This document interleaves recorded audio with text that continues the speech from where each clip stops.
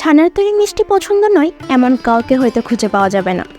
মিষ্টি ছাড়াও ছানার তৈরি বিভিন্ন রেসিপিতে ছানা পারফেক্টলি তৈরি করে নিলে ছানার টেস্ট অ্যান্ড টেক্সচার যেমন পারফেক্ট হয়, তেমনি মিষ্টিকেও সফট অ্যান্ড পারফেক্ট কম্বিনেশনে আনা যায়। আর যে কোনো রেসিপিতে ইউজ করে পারফেক্ট টেস্টও পাওয়া যায়। টিপস অ্যান্ড ট্রিক্স সহ আজকে বানিয়ে দেখাবো কীভাবে পারফেক্টলি ছানা বানাতে হয়। Hello foodies, this is Ananya from cookmaster Bangla.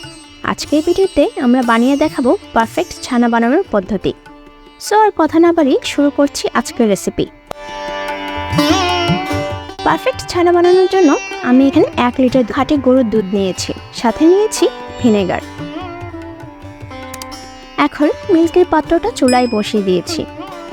Try করবেন কাঠের খুন্তি ইউজ করতে।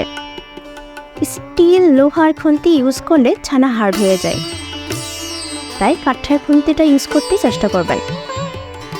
চুলা মিডিয়াম হিটে রেখে ভালোভাবে নাড়তে হবে যেন নিচে লেগে না যায়। ওয়েট করব বলক ওঠা পর্যন্ত।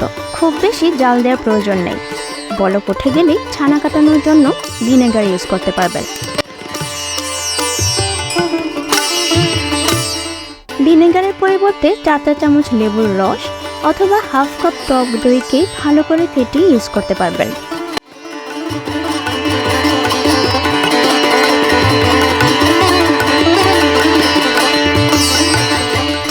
এখন 4 চা চামচ ভিনেগারের সাথে 4 চা চামচ জল ভালো করে মিশিয়ে নেব।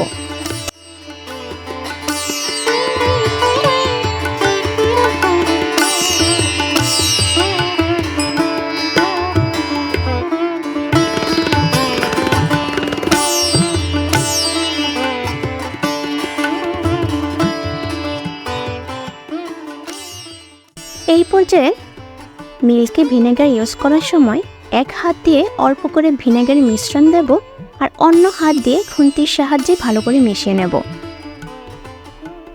এই সময় চুলার আঁচ মিডিয়ামে রেখে মিশিয়ে নিতে হবে। সবটুকু একসাথে না দিয়ে এভাবে আস্তে আস্তে করে মিশিয়ে নেবেন।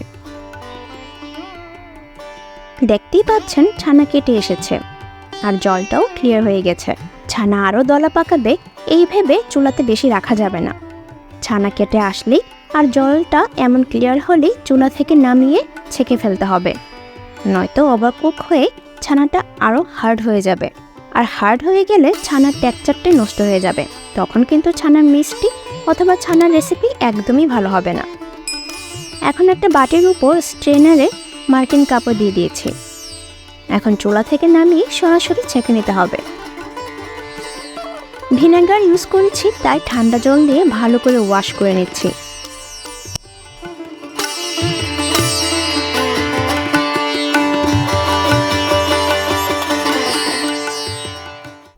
এখন হাত দিয়ে চেপে চেপে এক্সেস জলগুলো ফেলে দিচ্ছি।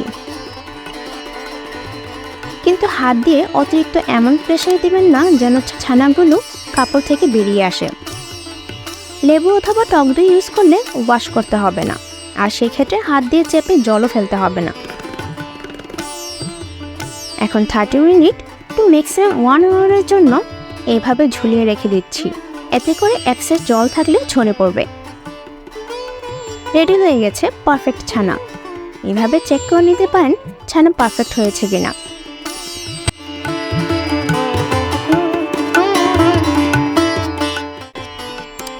দেখতেই পাচ্ছেন ছানাটা ইজিলি একটা শেপ দেয়া যাচ্ছে।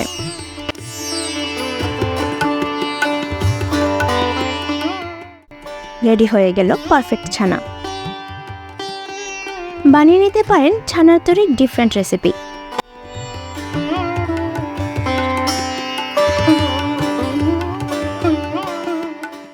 তো এই ছিল আজকের রেসিপি। বাসায় ট্রাই করবেন আর কেমন হয়েছে অবশ্যই আমাকে কমেন্ট করে জানাবেন। ভিডিওটি ভালো লেগে থাকলে please like and subscribe my channel. আমি অনন্যা, দেখা হবে নেক্সট রেসিপিতে।